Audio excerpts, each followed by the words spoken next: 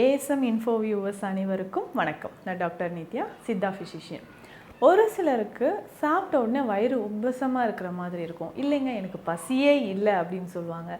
இன்னும் எனக்கு அடிக்கடி சாப்பிட்ட உடனே அடிக்கடி நான் வந்து மோஷன் போகிற மாதிரி இருக்குது. ஐபிஎஸ் அப்படின்னு சொல்லக்கூடிய இரிட்டபிள் பவல் சிண்ட்ரோம் இருக்குது. இந்த மாதிரியான சில வகையான பிரச்சனைகள், அதாவது செரிமானம் தொடர்பாக வரக்கூடிய பிரச்சனைகள் நம்ம உடலில் பார்த்தோம்னா நம்ம சாப்பிட்ட உடனே செய்யக்கூடிய சில விஷயங்களால் ஏற்படுது. சாப்பிட்ட உடனே இந்த விஷயங்கள் எல்லாம் செய்யக்கூடாது அப்படின்னு சில விதிமுறைகளே இருக்குது. நம்ம அது தெரியாமலோ இல்லை டெய்லி ஓகே இதுதான் செஞ்சு ஆகணும் அப்படின்னு நம்ம நினச்சிட்டு இருந்தோம்னா அதை தொடர்ந்து செய்ய செய்ய உடலில் நிறைய பாதிப்புகள் உண்டாகுது. என்ன விஷயம் அப்படின்னு பார்த்தோம்னா, சிலர் இரவு நேரத்தில் ரொம்ப லேட்டாக உணவு வந்து சாப்பிடுவாங்க. 10 மணிக்கு மேலே, 11 மணி, இந்த மாதிரி 12 o'clock இந்த மாதிரி சாப்பிட்றவங்களும் இருக்காங்க. நேரம் கடந்து சாப்பிட்டுட்டு உடனே தூங்க போயிடுறது. சாப்பிட்ட உடனே செய்யக்கூடாத விஷயங்களில் முக்கியமானது அப்படின்னு பார்த்தோம்னா சாப்பிட்ட உடனே தூங்குறது தான். சிலர் மதிய நேரம் சாப்பிட்ட உடனே என்ன பண்ணுவாங்கன்னா, சரி டயர்டாக இருக்குது கொஞ்சம் நேரம் நம்ம தூங்கலாம் அப்படின்ட்டு படுத்துருவாங்க. முக்கியமாக பார்த்தோம்னா இரவு நேரத்தில் சாப்பிட்ட உடனே கொஞ்சம் தூரம் நம்ம வாக் பண்ணுறது தான் ரொம்ப ரொம்ப நல்லது. அதாவது இரவு நேரத்தில் சாப்பிட்ட உடனே குறுநடை கொள்வோம் அப்படின்னு தான் சித்த மருத்துவத்தில் சொல்லுவாங்க. அதாவது இரவு நேரத்தில் உணவு அருந்திய பிறகு கொஞ்சம் நேரம் நம்ம வாக் பண்ணிவிட்டு அதுக்கப்புறம் தூங்க போனோம்னா ஈஸியாக டைஜஷன் ஆகும். அந்த சாப்பிடக்கூடிய நேரம் அப்படின்றதும் ஒரு 8 மணி அந்த டைம்குள்ளே நம்ம வந்து இரவு உணவை நம்ம வந்து சாப்பிட்டு முடிச்சுட்டு அதுக்கப்புறம் நம்ம கொஞ்சமாக வாக் பண்ணிவிட்டு லைட்டாக நம்ம வாக் பண்ணிவிட்டு உறங்க போனோம்னா நல்ல ஒரு உறக்கம் அப்படின்றது ஏற்படும். சாப்பிட்ட உடனே நம்ம தூங்குறதுன்றது நம்ம உடலில் பல பிரச்சனைகளையும் உண்டாக்கும். ஒபிசிட்டி, உடல் பருமனுக்கு இது ஒரு முக்கிய காரணமாக அமைஞ்சிருது அப்படின்னு சொல்லலாம்.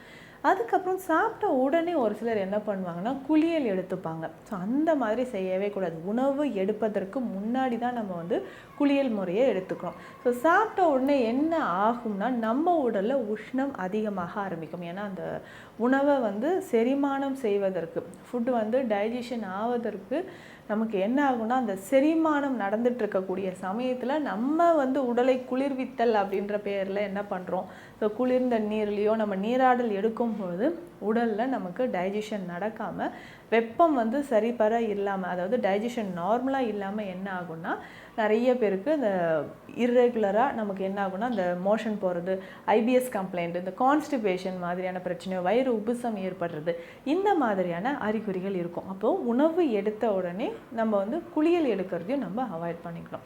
இன்னும் ஒரு சிலருக்கு இருக்கக்கூடிய வழக்கம் என்னென்னா, சாப்பிட்டு முடித்தோடனே ஏதாவது ஒரு ஃப்ரூட்ஸ் சாப்பிடுவாங்க, இல்லை ஃப்ரூட் ஜூஸஸ் வந்து குடிப்பாங்க, ஐஸ்கிரீம் சாப்பிட்றது, இந்த மாதிரியான விஷயங்களை கண்டிப்பாக அவாய்ட் பண்ணணும்.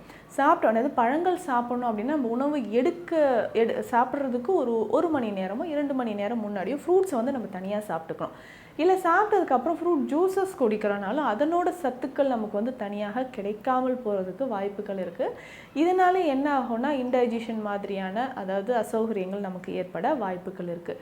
அதனால் இன்னும் ஒரு சிலர் என்ன நைட்டில் லேட்டாக சாப்பிட்டுட்டு உணவு எடுத்த பிறகு உடனே இந்த மாதிரி ஐஸ்கிரீம் சாப்பிட்றது, கூல்ட்ரிங்க்ஸ் சாப்பிட்றது, இந்த மாதிரியான ஹேபிட்ஸ் இருக்கும். அதையும் வந்து அவாய்ட் பண்ணிக்கணும். அடுத்து முக்கியமாக பார்த்தோம்னா சாப்பிட்ட உடனே ஒரு சிலர் வந்து ஓகே நான் கொஞ்சம் ஒர்க் அவுட்ஸ் பண்ணிக்கிறேன், நிறைய சாப்பிட்ட மாதிரி ஃபீல் ஆகுதே அப்படின்னு சொல்வீங்க. உணவு எடுத்த உடனே நம்ம உடற்பயிற்சிகள் செய்கிறதையும் நம்ம தவிர்க்கணும். ஸோ உடற்பயிற்சிகள் செய்யும்பொழுது என்ன ஆகும்னா உடலில் அதிகமான எனர்ஜி வந்து கன்வெர்ட் ஆக போகும். அதனால் நம்ம சாப்பிட்ற உணவு சரியாக டைஜஷன் ஆகாமல், ஸோ எனர்ஜி கன்வெர்ட் பண்ணணும் அது வந்து சீக்கிரமாகவே அந்த டைஜஷன் வந்து நடக்க ஆரம்பிச்சிடும்.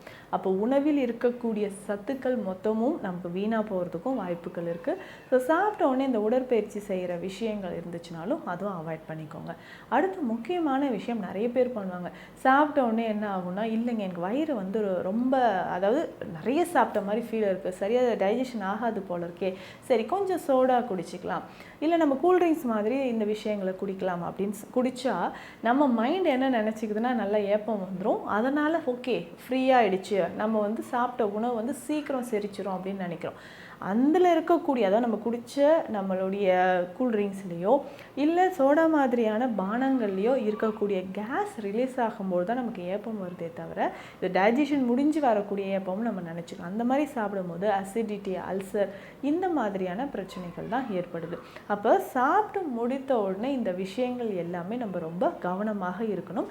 இதை தாண்டி ஒரு சிலருக்கு அல்சர் பிரச்சனை இருக்குது, கேஸ்ட்ரிக் இரிட்டேஷன், கேஸ்ட்ரைட்டிஸ் இருக்குது அப்படின்ற பட்சத்தில் நம்ம என்ன பண்ணோம்னா, ஸோ இந்த மாதிரியான சித்த மருந்துகளை நம்ம ஃபாலோ பண்ணிக்கலாம். முக்கியமாக பார்த்தோம்னா இதில் ஏலாதி சூரணம் அப்படின்ற மருந்து சித்த மருத்துவத்தில் இருக்குது.